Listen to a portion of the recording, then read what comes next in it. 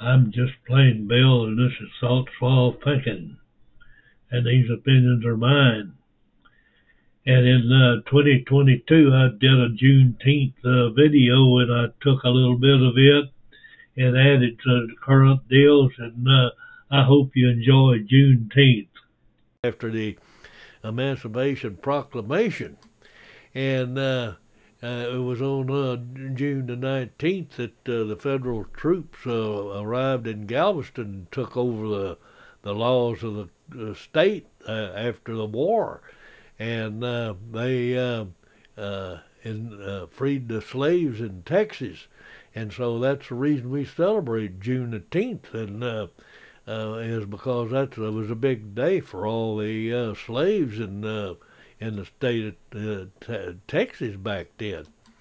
And we celebrate that June the 10th, and we have fun with Juneteenth, and we enjoy it, and we enjoy the black people enjoying June the 10th, and we all get together. We're all in one stirred up in one deal, and we all love our freedom. And we know we learned from the past, and we made mistakes in the past, but we corrected those mistakes, and now we're all in one, and we need to be getting along a lot better with all in one. You know, there's some groups that's trying to separate us and make us think that we got a big difference in here and that we're all racist and stuff like that. But we just enjoy it, the freedom of the slaves. We enjoy our freedom. We enjoy our liberty. And our former slaves, the descendants, his liberty is as big a risk as what the white people's is. But anyway, I'm not speaking for all the white people. I'm just speaking for me. And I'm not speaking for all the black people. I'm just speaking from observance and what I've participated in. One day out of 365 days that I think black culture is important.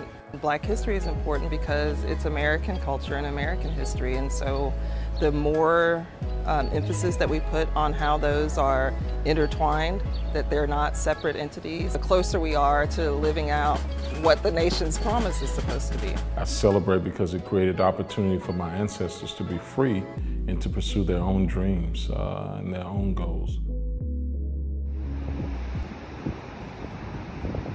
Juneteenth is June 19th. Because Galveston was the westernmost Confederate hold, it was also the last place to get word that slaves had been emancipated through the Emancipation Proclamation. The Union forces started to move south and west, bringing the message of freedom through different territories at different times. So Galveston represented the last major port west of New Orleans, as far as the commercial center of Texas, because Galveston was considered the New York of the South. It was the Galveston of the South. This is where the commercial interests were. The largest enslaver lived here on the island, who owned 850 people along with his brother. And so 2.5 years later, Union General Gordon Granger arrives in Galveston with 2,000 troops. He issued General Order Number 3. General Order Number 3, it says that all slaves are free, and in the second sentence, this involves an absolute equality. That happened on the southwest corner of 22nd and Strand in the commercial district of Galveston.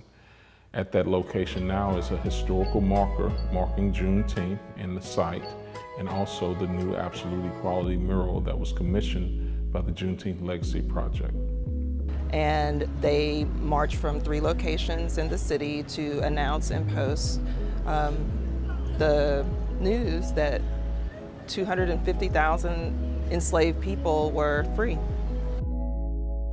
So, you know, many individuals see it as just another day, but it's important to the former enslaved and the descendants of the former enslaved, because it took individuals from being property or seen as property to being recognized as human beings.